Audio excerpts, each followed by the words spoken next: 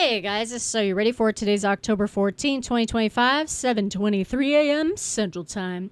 I'm really curious as to your guys' opinion about this. This isn't just me reading an article and going over it, because it has to do with the First Amendment. I really want to know if you feel as though the DOD is basically impeding the First Amendment of journalists and that this is unconstitutional. Let me know. DOD changes press rules. Some outlets refuse to sign. This was something that James sent me yesterday that I found very interesting. It was by the AP. It says New York Times, AP, Newsmax, among other news outlets who say they won't sign new Pentagon rules. First of all, I have experience with this, and I'll tell you that story at the end. But it says the new rules bar journalists access to large swaths of the Pentagon without an escort, and say Hegseth can revoke press access to reporters who ask anyone in the Defense Department for information, classified or otherwise, that he has not approved for release. End quote. Those are the new rules. So it doesn't say that you can't wander the Pentagon. You just have to wander the Pentagon with an escort. And anything that Hegseth hasn't approved, which is basically everything that is said in the press room at the Pentagon, okay? They have a press room at the Pentagon. People attend. All these journalists attend every now and then. It's not every day. Ask questions all the time. So these people shouldn't be wandering the halls of the Department of Defense, Pentagon, period, asking anybody anything. But here's the deal. It says these outlets say the policy threatens to punish them for routine news gathering protected by the First Amendment. The Washington Post, The Atlantic, and Reuters on Monday also publicly joined the group that says it will not be signing. AP confirmed Monday afternoon that it would not sign. It says, quote, Reuters is bound to its commitment to accurate, impartial, and independent news, the agency said in a statement. Quote, we also steadfastly believe in the press protections afforded by the U.S. Constitution, the unrestricted flow of information and journalism that serves the public interest without fear or favor. The Pentagon's new restrictions erode these fundamental values. End quote. Newsmax on-air journalists are generally supportive of Donald Trump's presidency, but said, quote, we believe the requirements are unnecessary and erroneous and hope that the Pentagon will review matters further. And then it goes on to say, this policy, it says, quote, this policy does not ask them to agree, just to acknowledge that they understand what the policy is, Purnell said, which is the DOD. This has caused reporters to have a full-blown meltdown, crying victim online. We stand by our policy because it's the best for our troops and national security of this country. And then it says, journalists have said they've long worn badges and don't access classified areas, nor do they report information that risks putting any Americans in harm's way, which is obviously a lie. A lie, and we all know that. And then it says, noting that taxpayers pay nearly $1 trillion annually to the U.S. military, Times Washington Bureau Chief Richard Stevenson said, quote, the public has a right to know how the government and military are operating, end quote. And then the Pentagon, quote, the Pentagon certainly has the right to make its own policies within the constraints of the law, said the Pentagon Press Association said in a statement Monday. Quote, there is no need or justification, however, to require reporters to affirm their understanding of vague, okay, that's vague, likely unconstitutional policies as a precondition to reporting from Pentagon facilities, end quote. So do you guys feel as though this is a First Amendment violation of the Constitution for press to be required to be wandering around with a, what term did they use? With an escort, okay, in other parts of the Pentagon that is beyond the briefing room, and to not report on anything someone says, which would be a leaker, for example, which we get all the time, without Hegseth approving it. Do you feel that's a First Amendment violation? Now, here's my quick story. When I was serving in the Marines, I was at the Pentagon one day, and I was in a secure area that actually actually, in order to get into that room, you have to use biometrics using your retina in order to get into that room. There happened to be a guy that was in there that had a notepad in his hand that was like one of those little spiral tiny notepads that was writing shit down. Did not recognize him, did not have any type of fatigue on him, nothing. Had no idea who this person was. So I happened to walk up to him and said, "Hey, who are you?" And he said, "I'm just in here to report." And I said, "Report what?"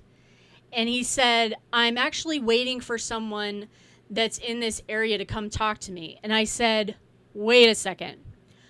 This area is not only classified, but it is impossible to open that door without a retinal scan.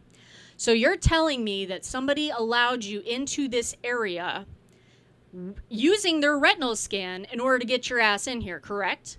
And he did not respond. So I got louder, so that everyone could hear, because there was like some cubicles nearby. And I said, "So you're a reporter in a classified area that requires a retinal scan, and you're waiting for someone to come talk to you while you're standing here with a notepad and no credentials. Is that what I'm understanding?" And then immediately someone popped out of one of the glass offices and escorted his ass out. And as far as I know, his ass got reamed and also highly interrogated as to how he got into that area. I don't know how that ended, where that went. I don't know who the guy was. I don't know nothing. All I know is he was a journalist. So I was like, what the fuck? So this has happened in the past where these people end up places they're not supposed to. Journalists obviously always leak shit when they find out stuff, whether it's true or not. They always have sources, anonymous sources, or whistleblowers or some bullshit coming out of all kinds of departments, including the Department of Defense. So I do not find this against the First Amendment whatsoever when most of the DOD areas that actually have, I don't want to say offices, but secured areas, you have to have some of the areas you have a badge and you go boop, with your shit to get in. I mean, why are these people walking around DOD? Period. Like, the only place they should be allowed is the goddamn lunchroom and the press briefing room. And that's it. And even they're not totally saying, no, you can't walk through the Pentagon. They're simply saying you have to have an escort in order to walk through the Pentagon. What's the big deal with that? I don't see this as unconstitutional whatsoever. These people should not be wandering the halls asking random people about random shit because they feel they have the right, due to their First Amendment, freedom of press bullshit, in the Pentagon, in the White House, or anywhere else in the United States government, period. Press should be allowed in certain areas to ask certain questions and allowed, as far as I'm concerned, in every agency to wander around with an escort. Period.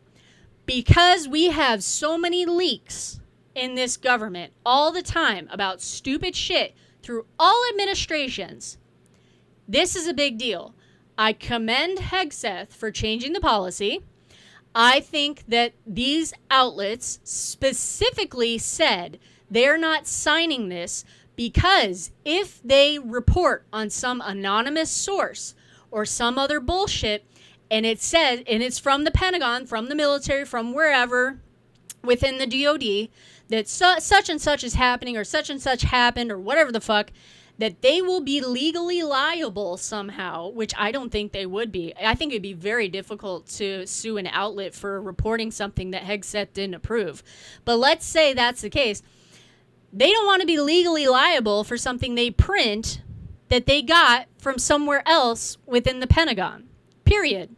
They're afraid of lawsuits, or they're afraid of a lot of things. I'm not sure what could happen to an outlet if they did that. I personally think it's stupid not to sign this, for one. And two, I really, really, really find it difficult for any outlet to be sued on behalf of the government for leaking shit. At the bottom of this article, it says Trump has applied pressure to news organizations in several ways, with ABC News and CBS News settling lawsuits related to their coverage. That had to do with Trump's coverage regarding the election. Trump has also filed lawsuits against the New York Times and Wall Street Journal and moved to choke off funding for government-run services like Voice of America and Radio Free Europe, Radio Liberty, which I don't even know what the fuck Radio Free Europe, Radio Liberty is, and anything with the name Europe in it, we shouldn't be paying for anyway. I don't think the government should be funding any fucking outlet or station or anything. You know what that's called? State-run. State-run, okay? State-run news. And most of those things, anyway, those state-run news, like NPR and PBS and stuff, run liberal-ass shit all day long anyway. I don't think we should be paying a dime to any outlet, news, journal, website, newspaper, magazine, anything from this fucking government. Anyway, what do you guys think? Do you think this is a violation of the First Amendment for freedom of press for these journalists? This is Are You Ready For It? Take care, guys. Have a great day. Whoops.